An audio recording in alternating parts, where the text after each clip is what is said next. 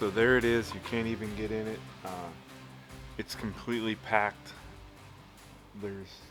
I can't do anything in here. So we're gonna take everything out and then put everything back organized. Maybe throw a bunch of stuff away.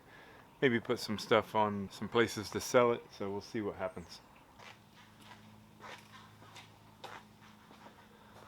Alright, so this is the inside of the shop. As you can see, not only from the outside is it packed, but it's packed all the way from here to there. So we're going to move these boards, some of this stuff's going to go on the side, that's going to go out, and then bring it all back in. So here we go, and get started.